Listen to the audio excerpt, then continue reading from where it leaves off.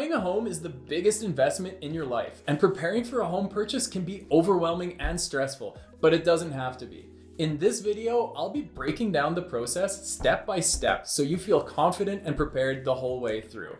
Hey everyone, my name's Murray. I'm a licensed realtor here in Alberta. Without further ado, let's dive straight into step number one. So you might be thinking, I'm a realtor, so I'm going to tell you that the first step is to find a realtor. Actually, the first step is to get pre-approved for your mortgage. And from my experience, people regularly skip this step and the next few steps and go straight at looking at houses without knowing their actual budget. As you probably already know, minimum down payment in Canada is 5%. Of course, there's more than just the down payment that you will have to pay for, and I'll get into that later in the video. Once you have your down payment, or at least most of your down payment saved up, you'll need to talk to a bank or a mortgage broker and get pre-approved. By doing so, you'll have a solid understanding of your budget and what you can and can't afford. Plus, you won't waste time falling in love with houses that are outside of your price range. A mortgage broker or bank will also be able to tell you any first-time homebuyer incentives that are currently offered that you might qualify for. Once you find your dream home and you put an offer on it, having a pre-approval letter will show the seller that you're serious and things will move quickly. So having all your finances ready will mean there won't be any unexpected surprises. So now you have your pre-approval letter in your hand.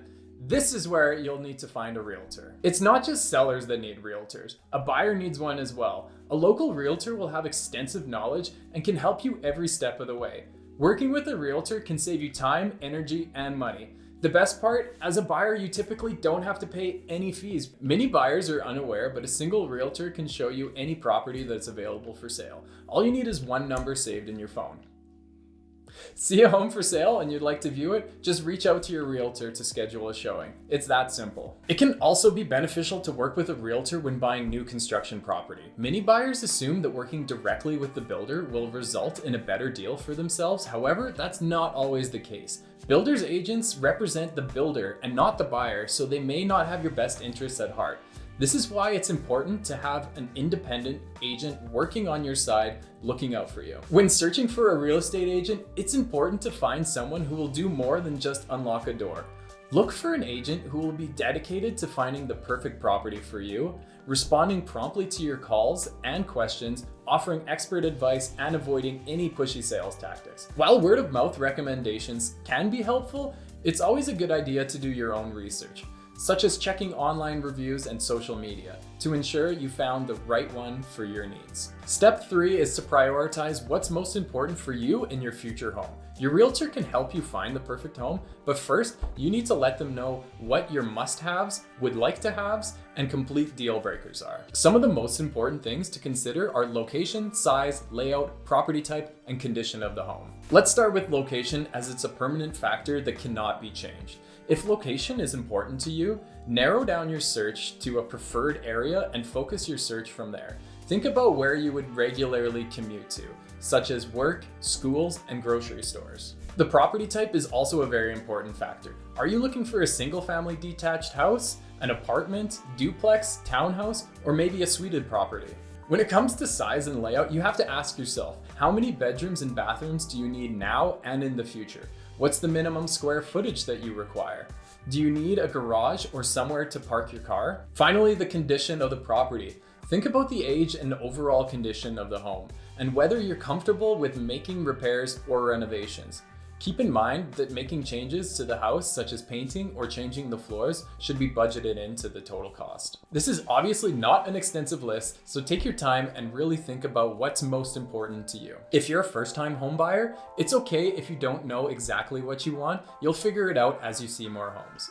Your requirements may change as you start looking at houses, and that's okay as long as you let your realtor know. Now that you have your finances in place, have a realtor by your side, and an idea of what you want, it's time for the fun part. Step 4, start looking at houses. Your realtor should know what you want and have you set up with an automated email where you get a list of any new properties on the market that fit your requirements.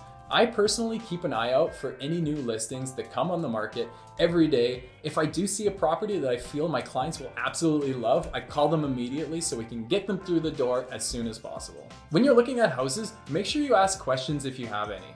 Your realtor should have an answer, and if not, they definitely have a network of local professionals that they trust to find out any information that you need. It's also important to give your realtor feedback, especially if there were some things that you would add to your deal breaker or must-have lists. You finally found a property that checks most, if not all, your boxes. It's time for step 5, making an offer.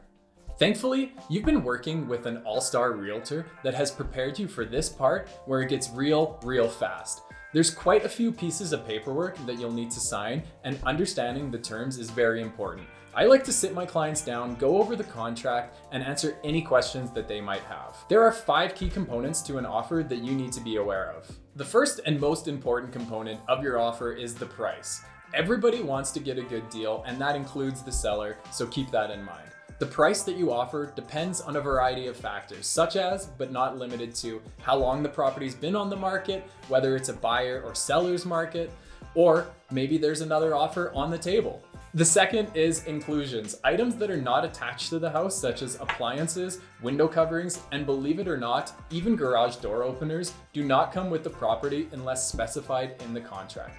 If you're not sure what is or isn't included, imagine if you could pick up the house, give it a shake, and if anything falls out, it's not yours. While most sellers typically include appliances in the sale, it still needs to be written into the contract. Third would be your conditions. It's common for buyers to include conditions to protect their interests. A conditional offer allows the buyer to review or confirm important information before finalizing the sale. This can include getting a home inspection, securing financing, or reviewing the condominium documents. Fourth would be the deposit, and it's not to be confused with the down payment. The deposit will be held in trust by the brokerage and will form part of the down payment if the deal goes final. The deposit shows that you're serious about buying the house, and it helps the seller feel more comfortable and secure about the deal. There's no way for the seller to keep the deposit of a buyer whose contract has conditions until all conditions have been waived by the buyer. Generally in our market, the deposit would be about 1 to 2% of the final purchase price. The last key component of an offer would be possession date. If you're able to take possession on a date that works best for the seller, it can be beneficial to your offer as well. If you're currently renting, make sure that you know when you can terminate your rental lease agreement. Once the offer is written up and sent to the seller, they have 3 options. They can accept it, counter it, or reject it. There might be some back and forth negotiation until we reach an agreement that works for both parties. Once the offer has been accepted, we move on to step 6, satisfying and waiving conditions. This step involves making sure that all of the conditions outlined in the offer are met by the set date. So it's important to do so in a timely manner. Get on the phone with your mortgage broker and get a property inspector booked as soon as possible. Also, you'll need to pay the deposit at this point. I always advise my clients to get a property inspection. This can help uncover any potential issues with the property. It's likely that the property inspector will find some things that need attention, but they will provide information on how to address those issues and what it might cost. Property inspections are usually around $600 to $700, paid by the buyer upfront and non-refundable, but it's well worth it for the peace of mind it provides.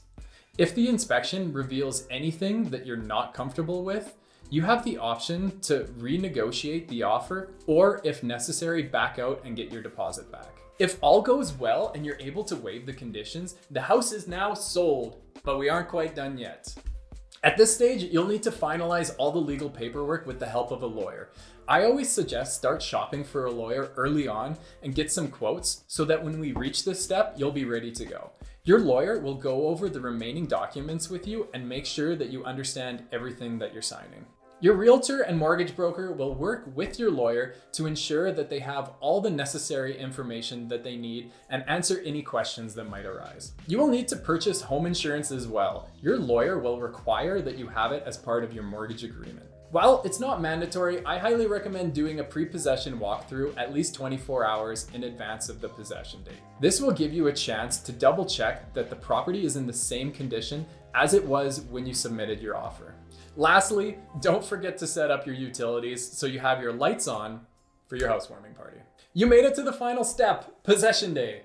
Your realtor will hand the keys over to you somewhere around noon. Don't forget to take a picture in front of your new home, post it on social media, and tell the world that you're now a homeowner. And there you have it, my step-by-step guide. As previously mentioned, I'm a licensed realtor here in Lethbridge, Alberta, and my details are down in the description below. Every deal is slightly different, but hopefully this guide will help you navigate this exciting yet sometimes overwhelming journey of buying a home. If you made it this far, I would really appreciate it if you could give the video a like and consider subscribing. There'll be more videos coming soon. Thanks for watching. I'll see you in the next one.